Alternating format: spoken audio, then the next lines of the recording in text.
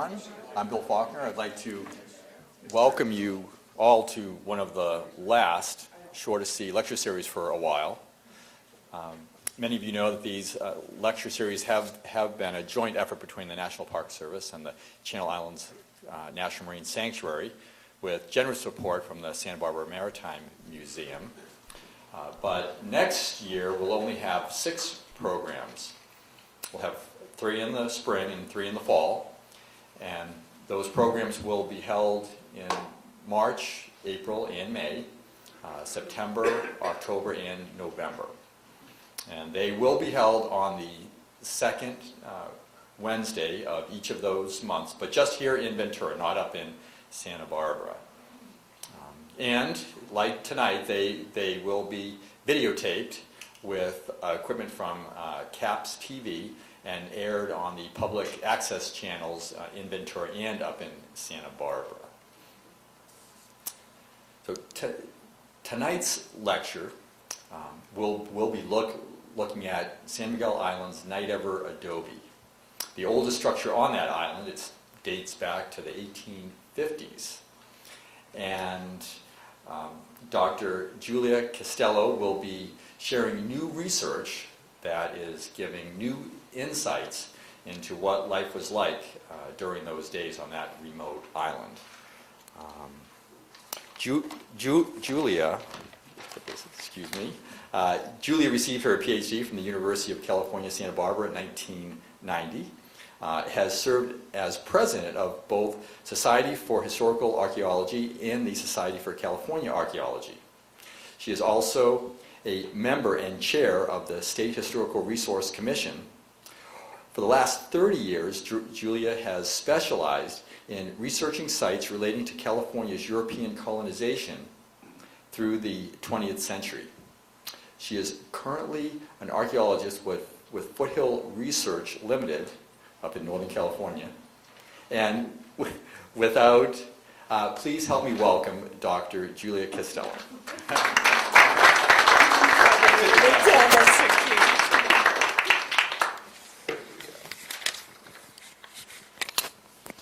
He showed me how to do this. Good. Great. I am really glad to be here. This was a wonderful project. Any project on any of the Channel Islands is a great project. And I was delighted to take part in it and to be able to bring our results to you here tonight. Now let me see. Good. So this is San Miguel. All of you know much more about the Channel Islands than the average audience, but this gets us oriented. And the part of San Miguel that we're going to talk about is right in Kyler Harbor, just south of it. There's my little red dot. All the early ranch sites were located right in this little scope of land there. San Miguel has such a fabulous history of paleontology and prehistoric archaeology that the historic ranches really haven't gotten that much attention. So this was a chance to talk about that most recent period of the island. This is a picture, 1940. There's Herbert Lester standing there looking at the wall of what documents, but mostly oral history, had passed down as the wall of the Nidever Adobe. One of the great mysteries is what is the story behind this adobe? The historic documents and oral histories tie the building to the 1851 ranch established by the Santa Barbara entrepreneur George Nidever. But what had the adobe looked like? Who constructed the building? Were there other archaeological remains of this earliest ranch in the vicinity? When was it abandoned? What of the second ranch site? And the third ranch site? There were altogether 3 locations for ranches on San Miguel Island. And they occupied 3 distinctly different places, which you can see here. And although the ownerships overlapped, we had Mills and Waters, you'll see at the second ranch site, and then Waters moved up to the top of the hill. The site, most of you know this, the ranger station, if you've been out there. It is these 3 locations that we're looking at.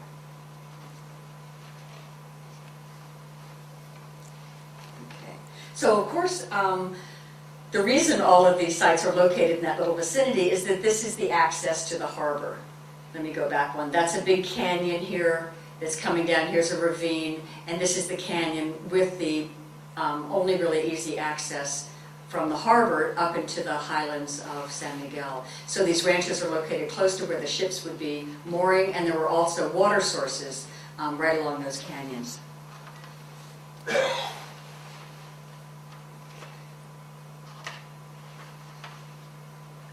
So what were the questions behind our project? We wanted to look at these locations on the ground, find out, let me go back, I have to say, find out the history of each of those locations, give them site numbers, put boundaries on them, and help the Park Service figure out how to manage them. Because these are among the resources on the island, and they need to know what is there and is it important, so that they can develop trails and other management things on the island. I'm going to talk about ownership here. I have to make a disclaimer. The island has always been owned by the government. It's always been owned by the Navy. And so I'm going to talk about ownership and selling and people buying, but I'm talking about leases. So I just want to apologize to begin with that I don't always keep my words straight, but to know now that the government has always owned it, and these are all leases that are occupying these ranch sites. Let's go back here. So our story begins decades after the Chumash had been removed from San Miguel to Mission Santa Barbara, and several years after the extensive mission lands had been carved up into private ranchos. The key protagonist is George Nidever. He was born in 1802 on the East Tennessee frontier, and he moved west with his family. By 1830, he was an established frontiersman, and in 1833, he crossed the Sierra Nevada with the famous expedition of Joseph R. Walker. Eventually, he settled in Santa Barbara. Captain Nidever, as he was known, ran boats up and down the coast and was often at the islands. He was an explorer, a fur trader, a boatman, and in 1840, he purchased the Burton Mound adobe, which was the big prehistoric shell midden located between Stearns Wharf, which would come off about here, and City College. The Burton Mound was right in here. This, of course, is the Mission, Santa Barbara, and the Pueblo, the village right down below it. In 1840, when he bought Burton Mound, he married Maria Sinforosa Ramon Sanchez from a prominent local family in Santa Barbara. The couple had 6 children, 5 of whom lived to adulthood. And he lived out his life in Santa Barbara, dying in 1883 at his home in Carpinteria. Now, Santa Barbara was a sleepy little village in 1856. People dabbled in everything, and ranching ranked among the most popular. Many of the people who lived here had been granted portions or entire land grants spread around the countryside, San Ynez Valley, down to the San Fernando Valley, and they lived in town, and they would ranch remotely. They would have managers living out on the ranch. The islands were perfect for ranching, mostly sheep, because sheep are hardy foragers. Cattle are a little more delicate. And the islands had no predators, the sheep wouldn't run away, poaching was minimized. So all the islands except Anacapa saw early herds established, and all had resident managers as owners. Here's our San Miguel Island, Kyler's Harbor, and here's the area we're talking about right up in here. Nidever had a reputation as a seagoing man, and he earned the name of captain locally. He was comfortable working the islands for otter and traversing the coast north to Monterey, San Francisco, and even further up the coast. In January of 1850, Nidever bought a small schooner in San Francisco, allowing him to reach the outer island of San Miguel with ease. And if any of you are sailors or no sailors, it's not hard to reach most of the Channel Islands, but sailing to San Miguel Island is an accomplishment. And yeah, people mention it when they finally conquered that. The following year, after Nidever bought his schooner, he bought the lease from San Miguel Island. He bought this from a man named Samuel Bruce, who the records say ran some sheep on the island. Now, it's possible that Bruce built the adobe, but little is known about this man, and I think the odds are that it's our Nidever who constructed it, but I'm holding that possibility remotely. Nidever stocked the island with various livestock, most abundantly sheep, and I'll give you some numbers on that later. But one compelling question is, who did Nidever, or possibly Bruce, hire to build the adobe? Landed Euro-Americans in Santa Barbara did not go out and gather dirt and sand and straw and form adobe bricks and stack them up. Somebody else built that adobe, and who would that have been? My theory. Although in 1850 California was the newest of the United States, Santa Barbara was still very Mexican in culture and population. Going to our excavation, my suspicion was that Nidever employed ex-mission Indians as builders. These former neophytes were well versed in all manner of Spanish construction methods.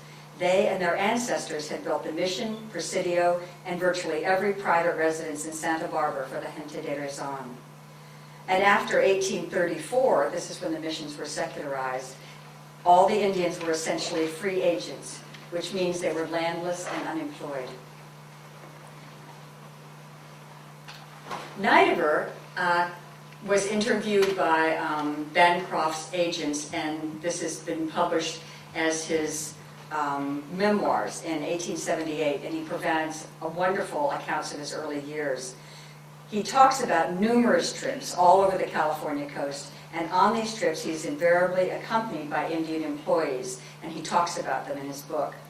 If he's otter hunting out on the islands or traveling north to Tomales Bay, recovering the lone woman from San Nicolas Island, and prospecting for gold on the Feather River in 1848, on all of these he was accompanied by Native Americans. And the 1860 census shows 5 male Indians as part of the Nidever household. So now, to solve the problem, here come the archaeologists. Okay, here's the crew you'll recognize. Here, of course, is Ian Williams, our incomparable ranger of San Miguel Island. Steve Junak is the botanist at the Botanical Gardens in Santa Barbara and has written numerous flora of the Channel Islands. We brought him out because you may not know this, but he's also a metal detectionist. And so he came out with his metal detector, armed with that, and helped us locate some of these historic sites. There's me, your project director, Don Morris. Of course, we thought of him as our native guide. He's the retired archaeologist after nearly 30 years of being the head archaeologist for the Channel Islands.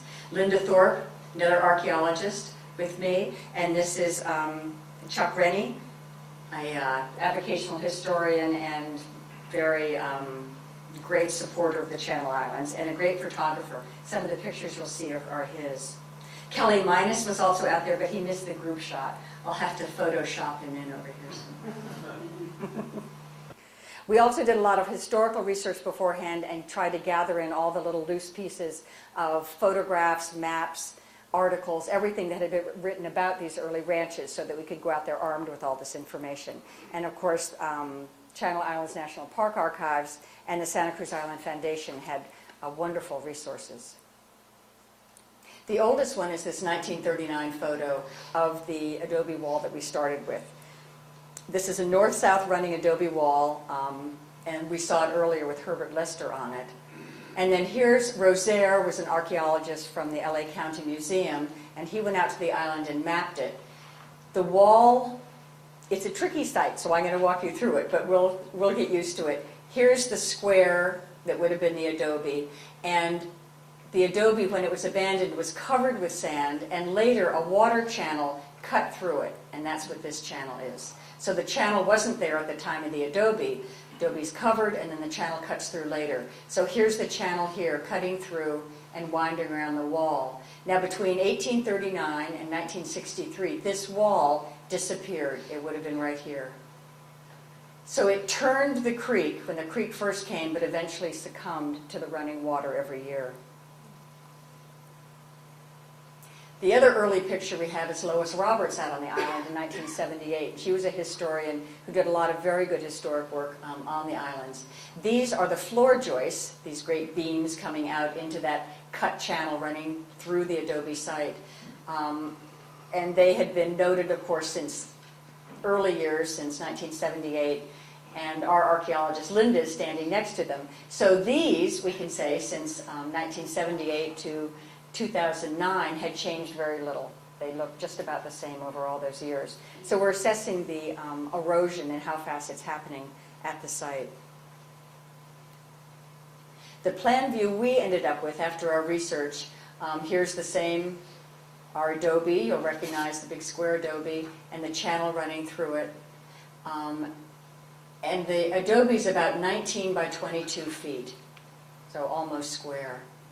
What we, our approach in order to learn about the architecture, who lived there, get as much information as we can out of the adobe, is to take those portions of the wall that are exposed by the water channel and clean them off and look at the stratigraphy.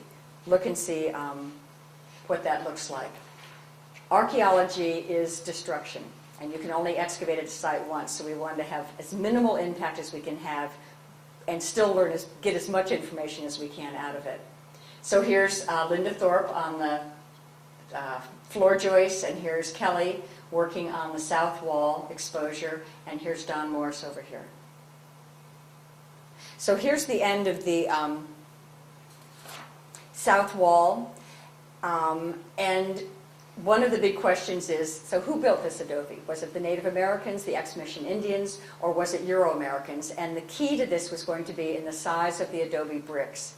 Builders build in sizes and mediums they're familiar with, and the Spanish and Mexicans built on lengths of a vara. And a vara is 33 inches, and adobe bricks were 1/3 by 2/3 of a vara. They're 22 by 11 inches. And all over California, allowing for shrinkage of different types of soil, so there's an inch or two variety, they're all 22 by 11 inches.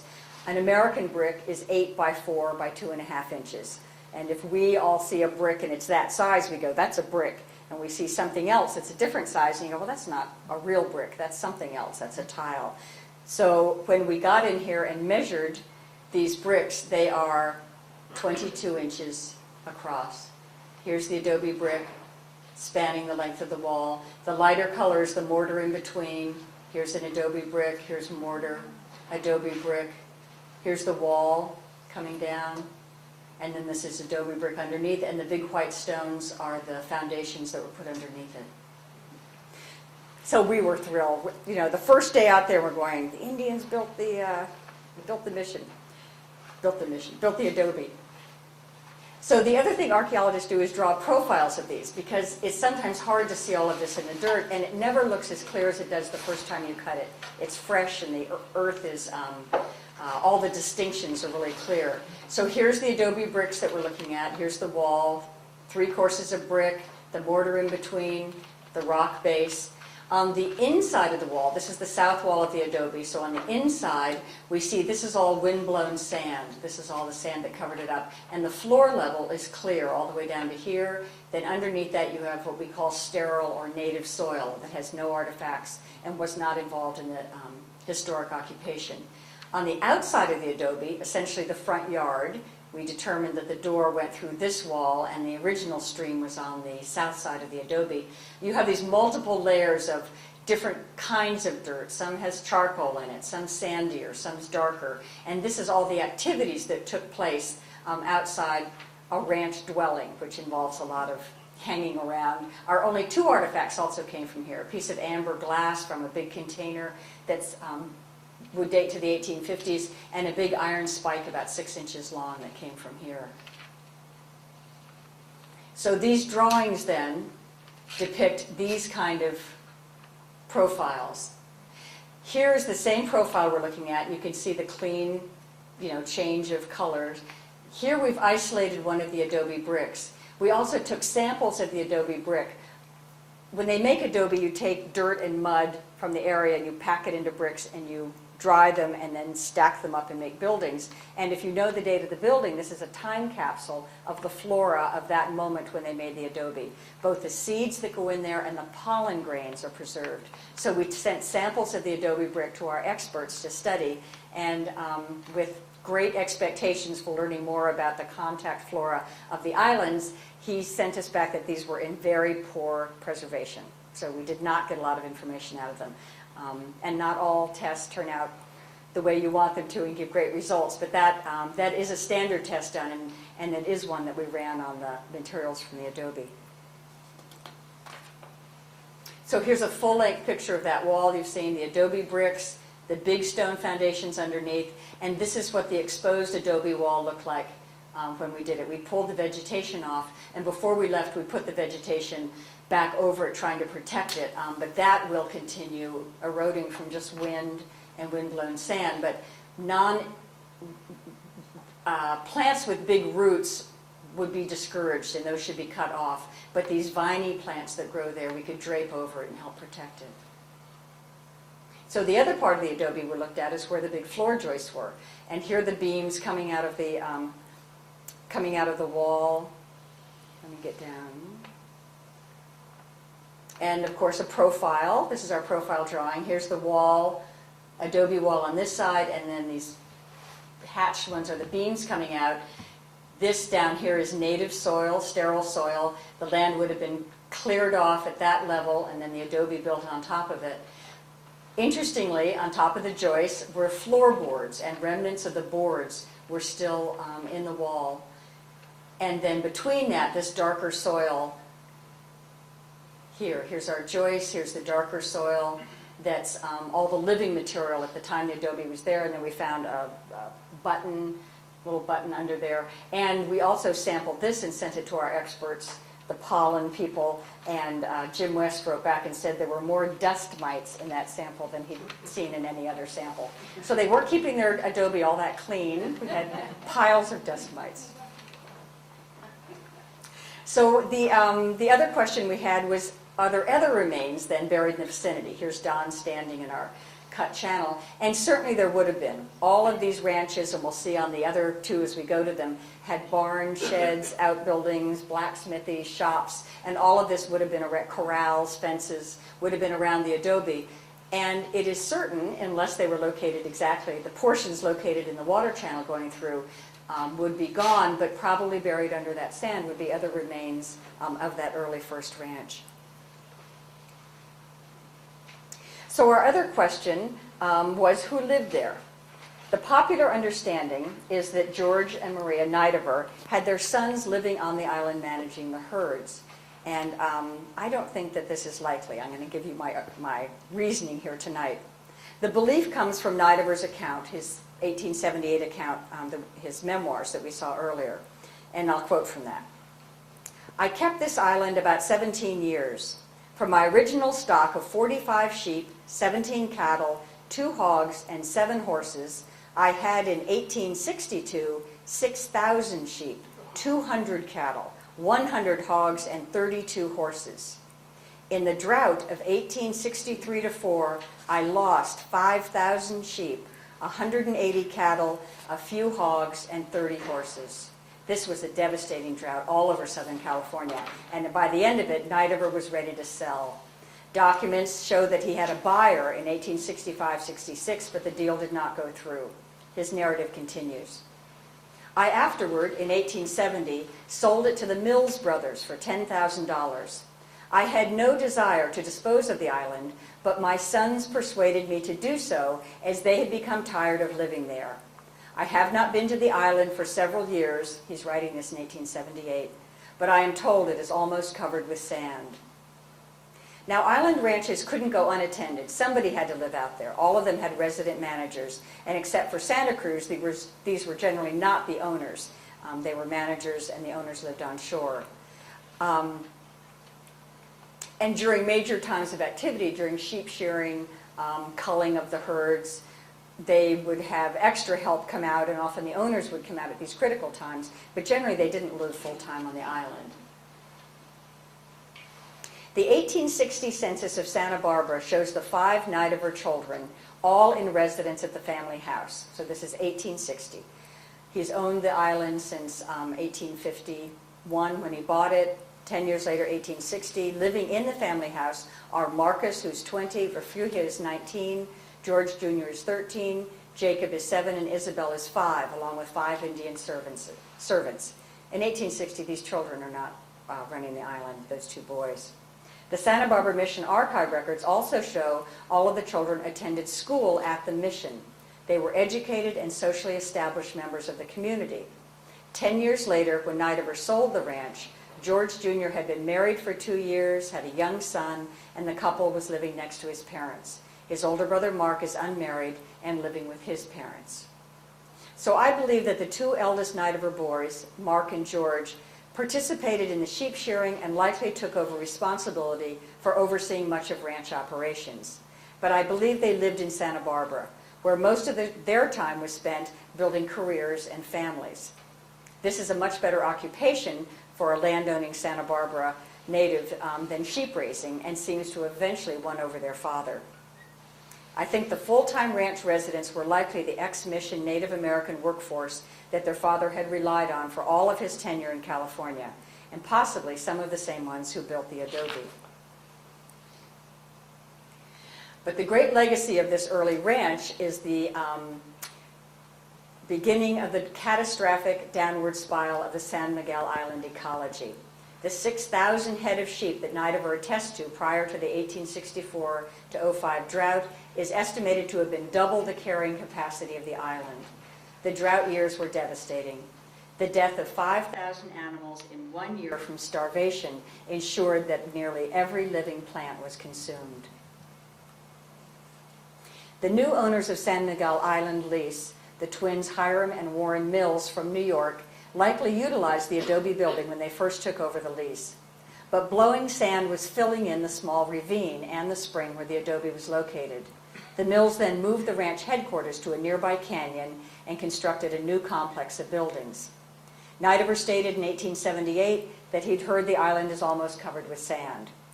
A Mills descendant describes life on San Miguel Island in 1884, 14 years after the purchase from Nidever. And I quote from this account. On a nearby spot, there was a house which had been entirely covered up by the blowing sands. This is the adobe. Except a little opening on one side. Here, Howard Mills tells us, they used to see an old cat returning after foraging for food. Another leftover of the early ranch. So the Mills constructed in a gully. Now, have we talked about the winds on San Miguel Island yet? The reason they're building these ranches in the gully is that it howls over that island. You can picture the Channel Islands like a ship pointing west, and the wind is coming from the west, and San Miguel Island is at the bow, and it just takes the full brunt of that wind coming in. And anyone who's worked out there will come back with hair-raising stories of, hunkering down, under these winds all day long. So they were locating in the gullies to keep out of the wind, but of course, the corollary to that is as the vegetation disappeared, the sand was filling these gullies. The Mills continued the sheep raising on the island.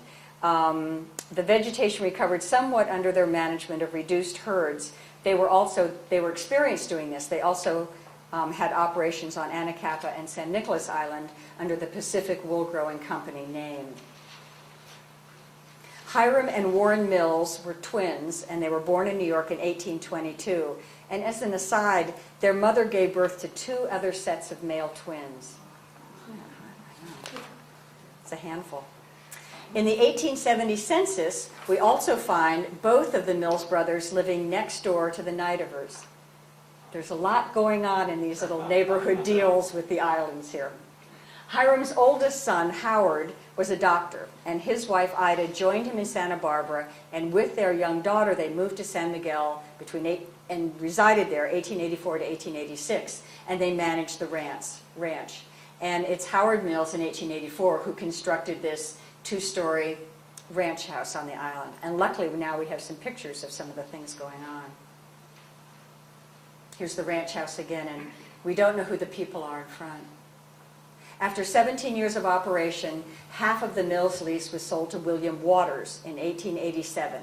He obtained full ownership in 1890. Waters ran the sheep operation on the island for 30 years, longer than any of the other lessees. There are lots of colorful stories about the Waters' early years, and they're a bit too complex for this talk, but follow up his stepdaughter Edith and the lawsuit after his death. You'll find lots of interesting material here. His wife Minnie kept a diary in 1888 and described some of the ranch's facilities in addition to the house. And this is of interest to us because we're trying to figure out what are all the different little parts of the site that might have remains we could find. There's a tool house, there's the outhouse, there's a forge, a flower garden, a fenced garden above the house, a barn on the hill, corrals on the hill, grain fields. And this map in 1893 shows some of the things she's talking about. Cuyler's Harbor here, it says house right there, that's the main house in this gully. And here we have cultivated field, it says, and these all say grass, grass, grass, grass, grassland. So this at that time is all grazing land. This, as we'll see later, this is starting with the unusable land due to erosion that's sweeping in from the west. Another great thing Waters did was build the road to the harbor.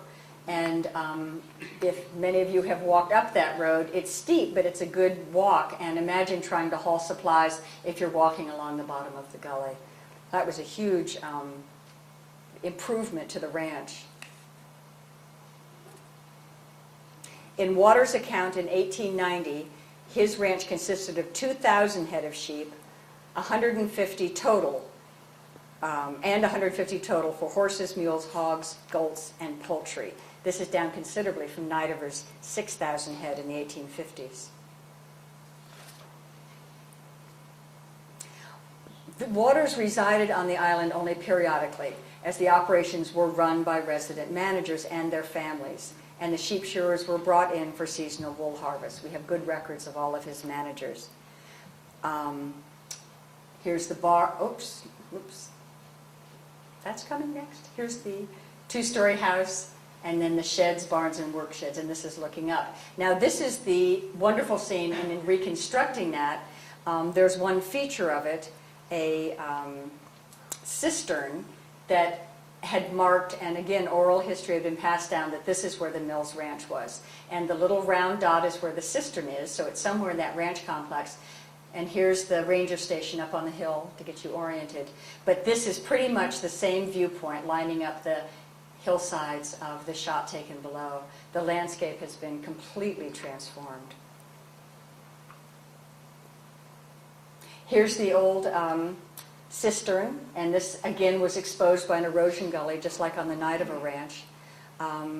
It's where we started with our investigations, looking at this, and then spreading out along the gully next to it, where we found, as in with the Nidever adobe, there were some floor joists that had been sticking and eroded out of the hillside.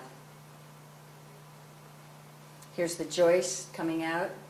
And here is the ground level, of course, right under the joist. Here's a stone put under that joist to hold up the building. Here's ground level, and what's sitting right out here is a Native American bowl mortar. And if you've been on any ranches anywhere in California, when ranchers have prehistoric sites on their land, they pick up bowl mortars and grinding stones, and they bring them back to the ranch, and they put them around the ranch house. And this practice also was going on San Miguel Island, and we had this nice bowl mortar to show that this is, the yard of the ranch. But the unlikely thing that happened, we were, of course, thinking, here's our posts, and here's the ground level, and so perhaps this is one of these buildings out in the yard behind the house.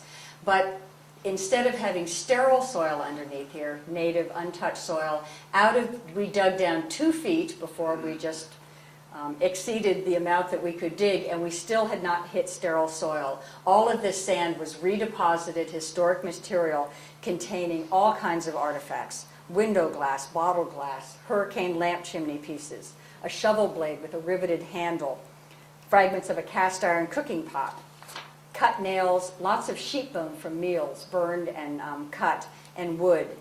So the building associated with our excavation had not been built over sterile ground, but had been constructed toward the end of the occupation of this ranch site, on ground that was formed by grading and leveling an older living surface.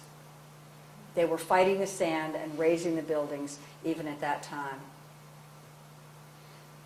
The other clue to the late period of this little feature that we were digging is that the top of the cistern is made of Portland cement poured into boards. It's called board-formed concrete. And Portland cement became popular in the 1890s, 1900. By 1910, that's the only cement being used, but it was not in the 1880s. And so this cistern was not constructed until toward the end of the Waters occupation at this site.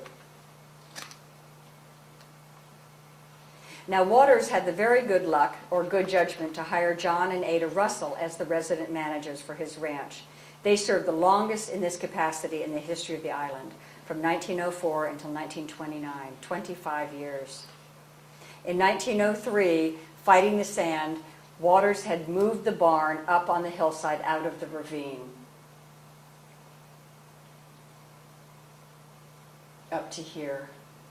We found remnants of the corrals right down here in the gully, but first he moved the barns up, and then the next year he moved up the main ranch house. In 1906, Russell and Waters completed construction of that new ranch house on the hilltop to the west. A later visitor to the island had talked to the Russells and related this story. The Russells told us a story of a windstorm that came up. They lived in a canyon with a running stream. The sand began to drift, and in about a week, as I remember, that whole canyon filled up. The house, stream, and everything disappeared. That's why they built this house up on this windswept mesa, because the sand would blow right by. This was a norther, I think, that filled up their little valley, right up to the stream. They showed us pictures of it, so it wasn't any dream. So here's the Waters Brooks Ranch. And this is a classic view that I'm sure many of you have seen. 1906, 1903, the barns were moved up. 1906, the ranch house was moved finally to high ground. To compensate for the winds, they built it in a V-shaped with the prow of this little house ship pointing into the westerlies. Much of the wood was salvaged from shipwrecks around the island, and the windows on the outside of the little complex were portholes. And there's wonderful stories about this ranch. Waters died in 1917, and the island's lease was taken up by Robert Brooks and J.R. Moore, who continued sheep operations for another 30 years. Brooks particularly enjoying periodic stays on the island. In 1929, the Russells finally retired after 25 years on San Miguel. Brooks replaced the Russells with Herbert Lester and his family, who lived there from 1929 to 1942. Colorful and popular, here's their children.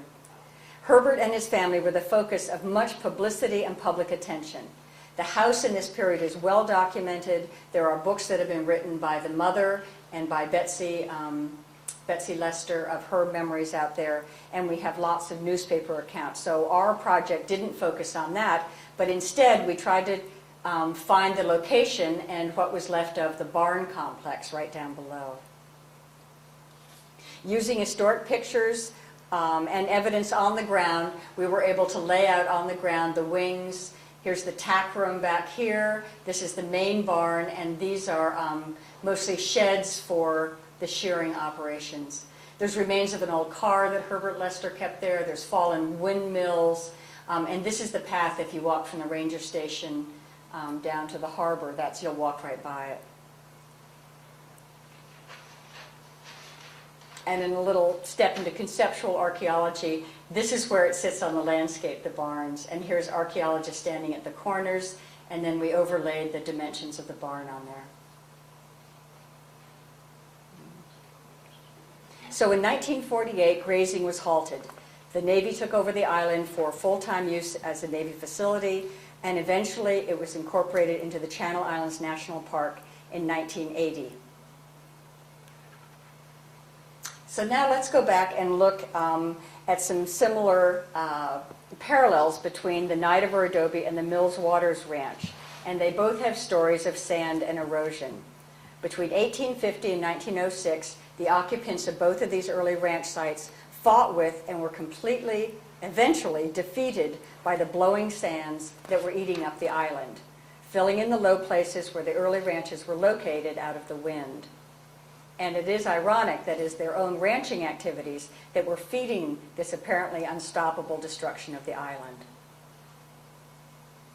Lack of vegetation then produced massive erosion, deepening channels which exposed portions of the once buried structures on these earliest buried ranches. Archaeology has helped to document the transformation of San Miguel from grass to sand. And aerial photos provide additional dramatic evidence, and I'm going to finish with these. This is 1954 aerial. Here's the V-shaped house, and here's our barn complex.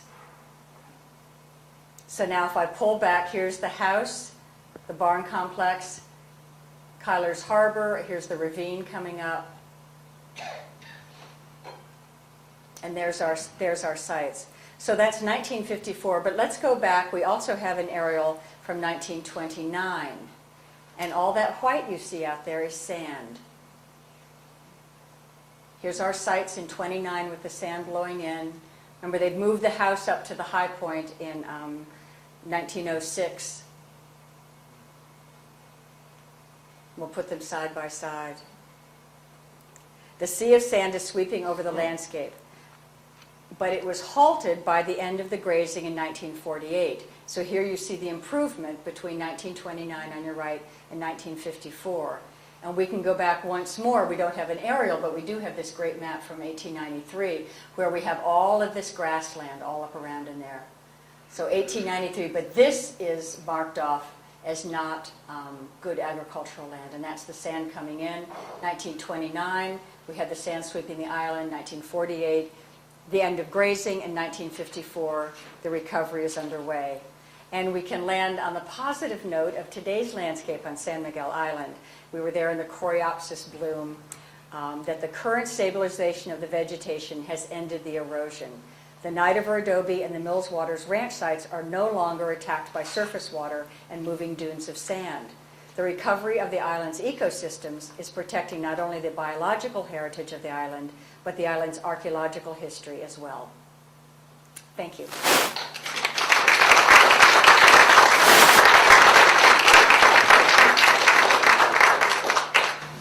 Questions? Yeah, how many days did you actually spend on the island for this whole stay? 7 days. 7 days. Yeah, it was a lot in 7 days, and there are many more things that we could do. We came back with a list of suggestions for the research. I spent about 3 days doing historic research before we went out, and even that's the tip of the iceberg. There's interviews that could be done, and lots of... I'm surprised you got that much done in that short time. I figured you'd say it was like a year project or something.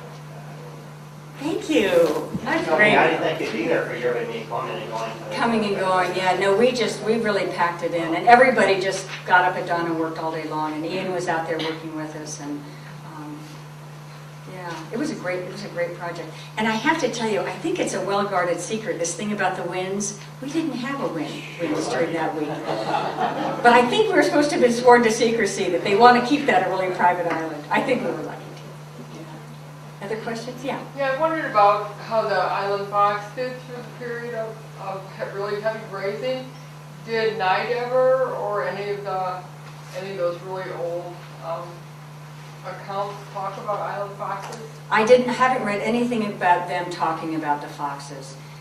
My understanding is that it was the eagles that finally were the threat to the foxes when the bald eagles came over from the coast and started.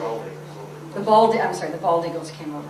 But those are recent. The balds were here and then they left, and then the golden eagles came over. But anyway, they're in the literature. I didn't find anything about the foxes. Yeah. I was just curious how the water source was there. I know so was a water well. Was there a water source? There were springs in that canyon, and there's a hydrologist report.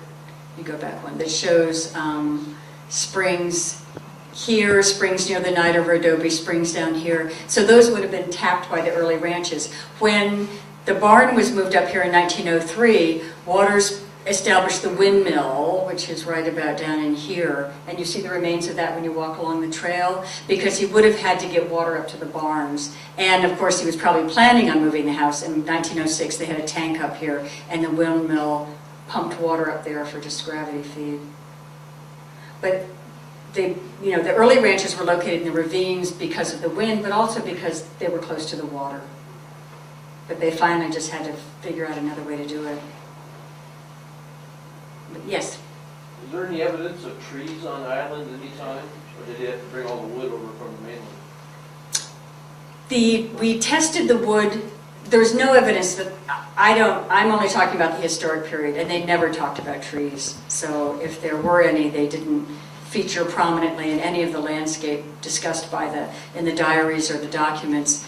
The wood that the adobe was made out of, we had it all sampled and tested, and it was all redwood. The floor joists and the boards, and the redwood could have come. Nidever was a ship captain, and he was, plying his trade up and down. But also, if you remember, San Miguel catches all the detritus that swept down the coast by the current. Ships pile up on San Miguel, and redwood, just natural redwood and logs coming down from Monterey and Santa Cruz, and further north of San Francisco, come down the coast and end up on the islands. And the Chumash Indians, when they built their plank canoes, would come out to the islands, salvage the redwood, and make redwood canoes out of this. So the boards in the adobe may have been brought in as lumber, or they may have been salvaged and fashioned on the island from the driftwood. But they were all redwood.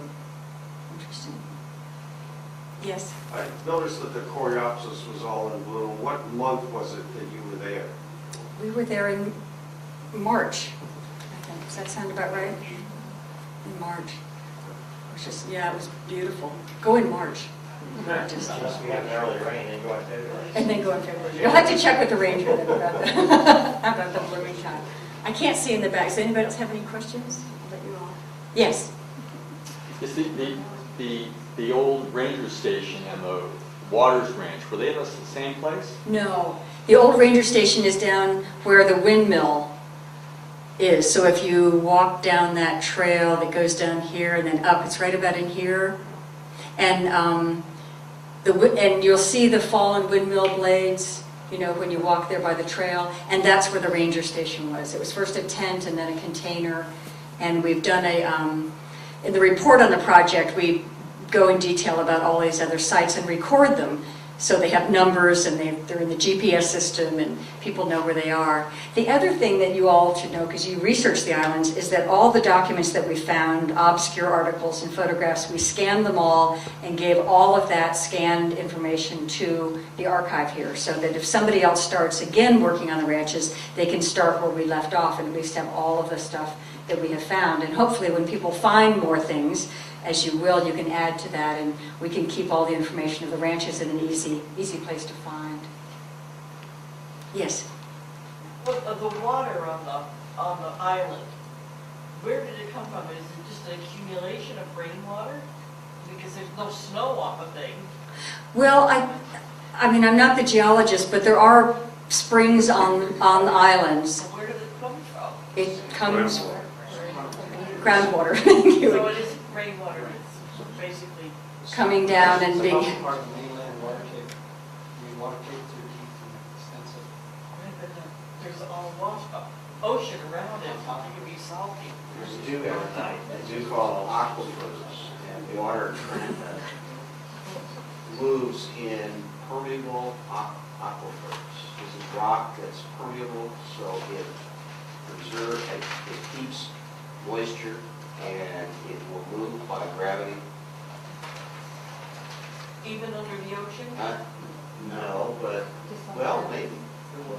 I don't think so. I think it's... Channel's too deep, it's gotta be close to the No, it wouldn't be the ocean, but on the rock, on the surface. So it's a local phenomenon, or it's magic. Rainwater is collected over years. It does rain on the island, the rest of it. Yes.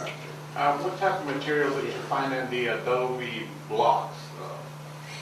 They were made of the local soils, and there was some straw in there. There were very few seeds, and the preservation was poor. We have the analysis of the results in some sand, but they were, well-made, 22 by 11 bricks. The mortar was, as it typically is, of a different type of mud, so that it's distinctly different. And the stones, which were caliche, Ian identified before they would have come from, up by the helicopter pad just above the site there. Because stones are hard to find on that island too, but they were brought down. It was really a very well-made adobe. It wasn't just kind of a thrown together. It had, floor joists and wooden boards and massive foundations and big things, so that's what... It was all local materials? It was all local materials, yeah. Sure. Any evidence of what the roof was built out? No. Wasn't anything left. We just had the lower portions of the walls, and I would suspect if they could salvage some lumber, they could have put lumber on top. There wouldn't have been much else. Keep the rain and wind out. Good. Well, thank you all for being such a good audience. If you have other questions, I'll be